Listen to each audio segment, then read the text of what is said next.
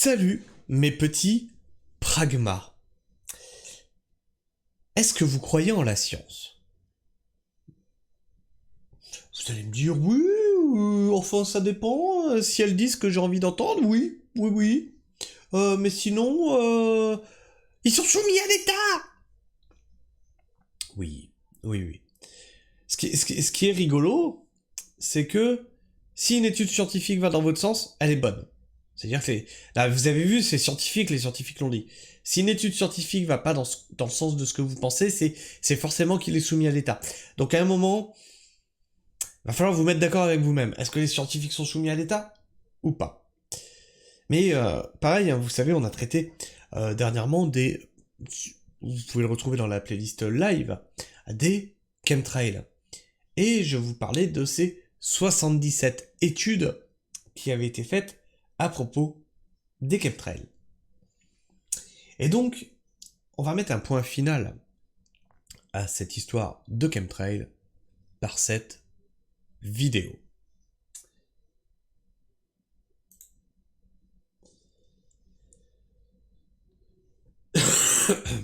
Attends, je vais vous décaler ça un peu. Là, voilà. Tac. La conspiration des chemtrails au crible de la science. Une équipe a soumis à un panel de 77 scientifiques, on en a parlé lors du live, les arguments développés par les partisans de cette théorie, selon laquelle des avions sont massivement et secrètement utilisés pour disperser des produits chimiques. C'est tellement secret que Linda, la caissière, à Auchan, est au courant. Oui, mais qu'est-ce que tu veux, ils font des trucs secrets que tout le monde sait. Ils sont un peu cons. Un exemple d'image reprise par certains sites conspirationnistes comme une preuve d'un programme d'épandage massif de produits chimiques via les avions. Ici, c'est la couleur de la traînée qui est jugée suspecte. Alors, voyons la couleur. D'accord. Est-ce que... Donc c'est ça, hein. C'est la problématique de ça. Est-ce que vous... Juste la notion d'arc-en-ciel, ça te parle? Les chemtrails sont-ils responsables de la sécheresse? En avril 2023, l'Espagne a subi des records de température venant s'additionner à une sécheresse, qui sévit depuis presque 3 ans. Ce problème d'ampleur, qui touche particulièrement les agriculteurs, voit le retour de cette théorie selon laquelle les précipitations seraient volontairement supprimées par le gouvernement via les chemtrails. Alors, celle-ci, pas l'été dernier, mais l'été d'avant, où on a subi une espèce de canicule, qu'est-ce que j'ai pu l'entendre, celle-là? Oui, c'est les chemtrails, ils ont changé le climat, ils ont empêché la pluie de tomber, ils changent le rayonnement solaire, le soleil est plus blanc qu'avant. Alors, petite digression. Si le soleil est plus blanc qu'avant, c'est une bonne nouvelle. Ah merde, merde. Alors comment c'est possible? Parce qu'en fait, si ton soleil est jaune, c'est que tu as énormément de putain de pollution dans ton ciel. Ouais. Oui, c'est compliqué à comprendre, hein. C'est compliqué à comprendre. Elle a même été reliée par le député Pablo Cambronero, qui a demandé devant le Parlement espagnol si le gouvernement manipule la météo par l'épandage de produits chimiques. Voilà. On se retrouve avec des théories du complot qui vont jusque au niveau des gouvernants. Quand je vous dis, parce que pareil, hein, de l'autre côté, ne les traitez pas de cons. Ce ne sont pas des cons. Ce sont des personnes qui croient. Je ne pense pas que tu arrives député en ayant 2 de QI. Enfin, quoique. Maintenant, avec la Macronie, si, c'est possible, mais c'est pas le débat. C'est pas le débat. On est en Espagne, là. Ce qu'il sous-entend, que les avions pulvériseraient de l'iodure d'argent, un agent utilisé dans l'industrie agroalimentaire, pour attirer l'humidité et conserver la fraîcheur des aliments. Pour retenir les pluies. Mais qu'en est-il vraiment? la théorie n'a scientifiquement aucune valeur, puisque l'iodure d'argent n'absorbe pas l'humidité, mais permet plutôt à la vapeur d'eau de se condenser, et donc de faire pleuvoir en fait. Répandu dans les nuages, il aurait donc tendance à augmenter les risques de pluie. Ah merde. Bah encore une fois, ça marche pas. Encore une fois, une théorie du complot qui tombe à l'eau. Merde. Mais bon, on va voir. C'est d'ailleurs ce qu'a fait la Chine en 2008. Alors voilà. Ça, j'ai quelqu'un qui arrêtait pas de me le dire dans le chat du live. C'est « Oui, mais du coup, ce que fait la Chine, ça n'existe pas ». Et du coup, j'ai dû faire un temps de pause et lui expliquer que si. La Chine utilise des canons pour faire pleuvoir. Mais pour ça, il faut déjà qu'il y ait un nuage. Si tu n'as pas de nuage, ça va pas créer un nuage par magie. C'est d'ailleurs ce qu'a fait la Chine en 2008 pour éviter qu'il ne pleuve sur certains sites des Jeux Olympiques de Pékin. Le dispositif avait... Alors... Oh putain, faut que je... Là, faut que je fasse un contre-feu parce que là, on va me dire « Hey, t'as vu, c'était fait exprès pour pas qu'il pleuve !» Alors... Pour éviter qu'il ne pleuve sur certains sites des Jeux Olympiques de Pékin. C'est-à-dire que quand le nuage était à un endroit, il le faisait tomber en pluie pour pas, justement, qu'il aille jusqu'au site de Pékin. Ok ? Mais il est tombé en pluie. Toc. Pékin, voilà. Le dispositif avait mobilisé plus de 30 000 personnes. Alors, pour un pays tout entier, le dispositif à mettre en place serait démentiel. Et quelques avions largement insuffisants. Donc imaginez, hein, si les avions, les chemtrails, tout ça, ça marchait, tu crois qu'ils auraient fait ça ? 2 pilotes, ça aurait suffi, non ? Bah non. En revanche, les avions participent bien au réchauffement climatique auquel sont directement liés ces épisodes de sécheresse, mais via leur émission de CO2, due à la combustion de kérosène. Et voilà le principal problème des avions, et sur ça, on tombera d'accord. Et dont la vapeur d'eau constitue des traînées blanches, les fameux contrails, la condensation. Pas besoin d'avoir recours à une théorie complotiste pour expliquer les phénomènes météorologiques extrêmes. C'est bel et bien de l'activité de l'homme qu'il découle. Rumeur. Lorsque les gens apprennent que je suis un chercheur qui travaille dans le domaine de l'étude du climat, beaucoup m'interrogent sur ce que je pense des chemtrails. Explique Ken Caldera, chercheur au département écologie de l'institution Carnegie. Pour la science. Le terme chemtrail, mot valise entre les termes anglais chemical, chimique, et trail, traînée, donc des traînées chimiques, désigne une théorie conspirationniste selon laquelle des avions de ligne ou militaires seraient utilisés pour répandre dans le plus grand secret, je vous le dis, hein, tellement secret que Linda, caissière à Auchan, est au courant, pour répandre dans le plus grand secret des produits chimiques dans l'atmosphère. Dans quel but ?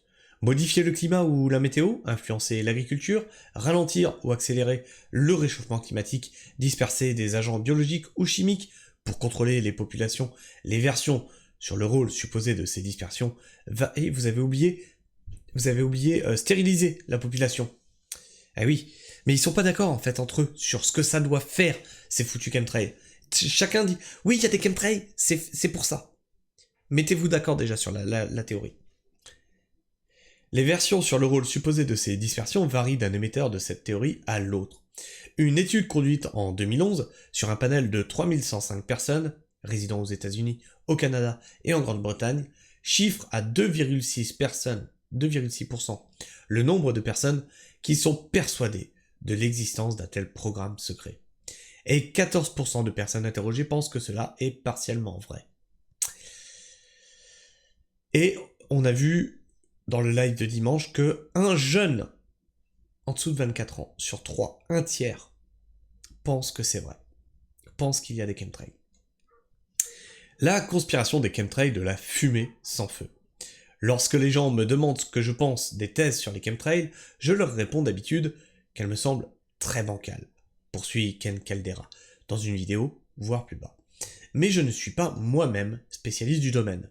Peu satisfait de cette réponse, le chercheur s'est donc mis en quête d'études scientifiques susceptibles d'apporter une réponse documentée aux arguments avancés par les nombreux sites qui relaient cette théorie. Alors, je te rassure, Ken, tu perds ton temps. Tu perds ton temps. Si tu fournis une étude à ces gens-là, ils te diront « Ouais, mais c'est contrôlé par le système. » J'en ai qui, en pensant que la Terre était plate, m'avaient dit « C'est faux ce que tu dis. Il n'y a pas de retransmission en direct de la Terre globe depuis l'espace. » Je leur trouve des retransmissions directes prises par l'ISS de différents angles, parce qu'il y a plusieurs caméras, en direct, retransmis. Et là on me sort « Ouais, c'est ça, mais on n'a jamais vu d'astronaute avec la Terre derrière. » On n'a jamais vu d'astronaute avec la Terre derrière. Donc tu pourras leur sortir la photo, ils te diront « Oui, mais c'est une photo trafiquée. » Ils botteront systématiquement en touche. Systématiquement. La seule chose que tu peux faire, c'est éviter que d'autres personnes tombent dans le piège, dans les affabulations. En s'opposant à eux, tu pourras jamais les convaincre. Mais tu pourras empêcher d'autres personnes qui les lisent d'y adhérer. Je me suis alors aperçu qu'il n'y avait aucune étude scientifique qui s'intéressait réellement aux arguments avancés par les partisans de la théorie des chemtrails, poursuit-il. Qu'à cela ne tienne, avec l'aide de 2 autres chercheurs et d'un spécialiste de ces théories conspirationnistes, Ken Caldeira a sollicité les compétences de scientifiques susceptibles d'avoir un avis pertinent sur la question. Des centaines de chercheurs sélectionnés en fonction du nombre de citations de leurs articles scientifiques durant les 20 dernières années ont été contactés. 77 d'entre eux ont accepté d'étudier la conspiration des chemtrails, d'étudier les éléments de preuve avancés par les sites relayant la théorie de la conspiration des chemtrails. Donc en plus, vous avez des pointures. Là, vous avez des scientifiques, des pointures, qui ont dit, ok, il y a des sites qui avancent des éléments, des preuves. Alors, si vous avez trouvé des preuves, vous êtes fortiche. Moi, j'ai trouvé que des affirmations. Mais enfin, si vous avez des preuves, tant mieux. Mais ils ont dit, on va prendre ça, et on va l'étudier. Vous avez des putains de scientifiques, des pointures, qui ont des citations dans des articles scientifiques, qui ont décidé de vous prendre au sérieux. Ils ont fait des recherches, ils ont quantifié, ils ont comparé. Et qu'est-ce qu'ils ont trouvé ? Eh bien, on va le voir. À savoir, les photographies de traînées laissées par les avions dans le ciel, jugées suspectes du fait de leur forme, de leur couleur, ou encore de leur persistance, ou des rapports d'analyse d'échantillons prélevés sur le terrain, en l'occurrence, les rapports de 3 analyses, que l'on suppose rigoureusement, et non trafiqués, effectués en laboratoire sur des sédiments, des prélèvements d'air contenant des particules atmosphériques et en échantillons de neige. En fonction de leur domaine de compétence, les experts ont été séparés en 2 groupes. L'un chargé d'analyser les arguments portant sur les anomalies supposées des traînées de condensation des avions, l'autre sur les données relatives à la pollution atmosphérique et la redéposition des particules. Les scientifiques avaient pour mission de répondre à une question simple. Est-ce que selon vous, cet élément est la preuve d'un programme de chemtrail ou est-ce qu'il y a possiblement une autre explication plus simple ? L'explication la plus simple est souvent la meilleure. Un verdict presque unanime. Verdict presque unanime. En ce qui concerne les photos des traînées suspectes, les experts en chimie atmosphérique sont unanimes. Experts en chimie atmosphérique. Donc le prochain qui me sort la théorie des chemtrails, il me donne ses putains de diplômes. Je vous jure, vous me donnez vos diplômes dans les commentaires. Donc les experts en chimie atmosphérique sont unanimes. L'explication la plus simple, et donc la plus probable, selon le principe de raisonnement du rasoir d'Occam, à ce qui ressemble à des anomalies sur les photos, n'est pas celle d'un vaste programme secret d'épandage. Tous les chercheurs voient une explication plus simple aux anomalies dans chacun des clichés qui leur ont été soumis. Variation de pression ou d'humidité de l'atmosphère, réfraction de la lumière sur des cristaux de glace, température, particules de kérosène, etc. Les réponses du groupe géochimiste, composé de 28 chercheurs, qui se sont concentrés sur les résultats d'analyse des 3 échantillons suspects, sont presque aussi unanimes. Pour l'écrasante majorité des chercheurs, 82 à 89% d'entre eux, les étranges taux d'aluminium, de strontium, de cuivre ou de manganèse dans les échantillons peuvent être expliqués autrement que par un programme d'épandage massif, la pollution industrielle, les dépôts naturels, ou simplement une valeur certes haute, mais pas forcément hors norme. Une petite portion d'entre eux juge les données insuffisantes pour pouvoir conclure. Absence d'informations sur la présence d'industries environnantes par exemple. Un seul des 28 chercheurs de ce groupe estime toutefois que l'explication la plus probable à ces résultats est bien liée à un programme secret d'épandage massif. Et là, fatale erreur. Ah oui, oui, parce que tu peux avoir 1 million d'études. Tu fais une recherche sur Google. Tu peux avoir 1 million de résultats qui te disent non, c'est pas ça. Et un qui te dit ouais, c'est peut-être ça. Et là, tous les petits chercheurs de véritude, ils vont dire ah ah ah, je le savais. T'as oublié les 1 million à côté là? Voilà. L'équipe de Ken Caldera, dont les résultats ont été publiés le 10 août 2016 dans la revue Environmental Research Letter. Donc là, vous avez le lien de l'article dans les commentaires. Tout ça, ce sont des liens cliquables. Donc, amis complotistes, amis chemtrailistes, vous pouvez retrouver tout ça. A par ailleurs demandé à chacun de ces 77 experts si au cours de leur recherche ou leur vie personnelle, ils avaient eu l'occasion de croiser quelques preuves, que ce soit qui puissent accréditer la théorie de la conspiration des chemtrails.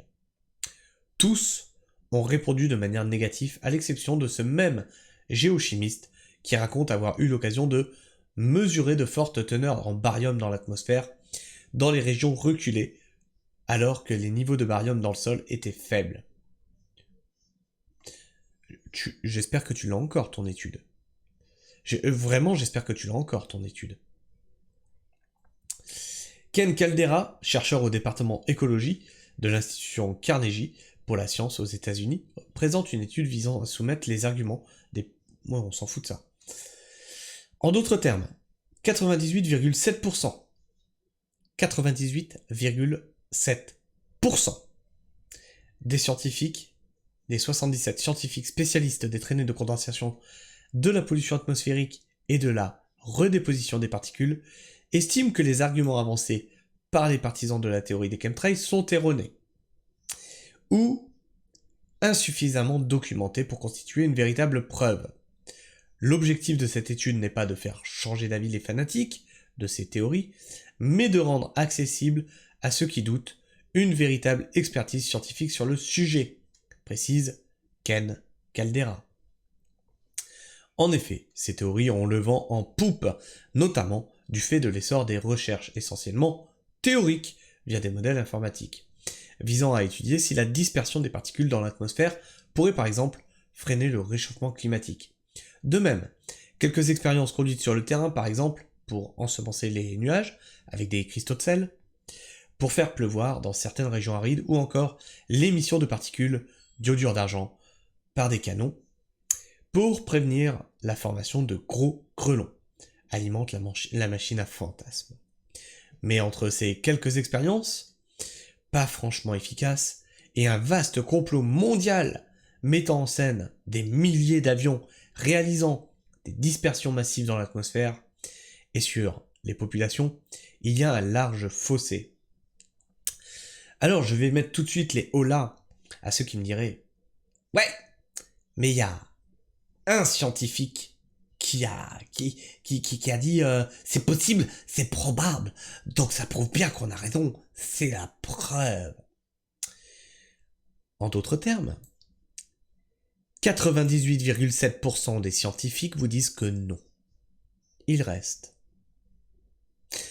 1,3% de scientifiques qui vous disent que oui. Alors maintenant, je te pose une question. tu as une pandémie qui se produit, et on te dit, tiens, j'ai un nouveau vaccin pour t'empêcher de choper le petit virus de cette nouvelle pandémie. Ce vaccin, on n'a pas beaucoup de recul dessus, mais en tout cas, si jamais tu le chopes, il atténuera tes symptômes. De l'autre côté,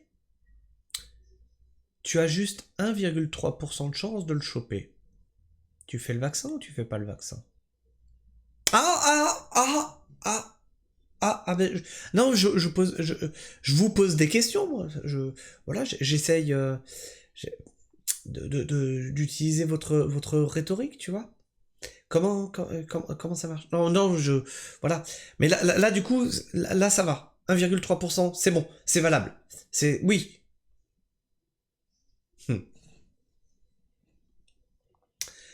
Enfin, bref. Est-ce qu'on a des commentaires? On a 3 réactions. Oula, c'est long. Oula, c'est long. Oui, bon, bref. Donnez-moi votre avis et vos opinions dans l'espace commentaire. Amusez-vous à vous abonner, à liker, à clocher, à partager la vidéo, c'est très important. Et sur ce, moi, je vous fais la bise. Prenez soin du sol et restez pragmatiques. Ciao.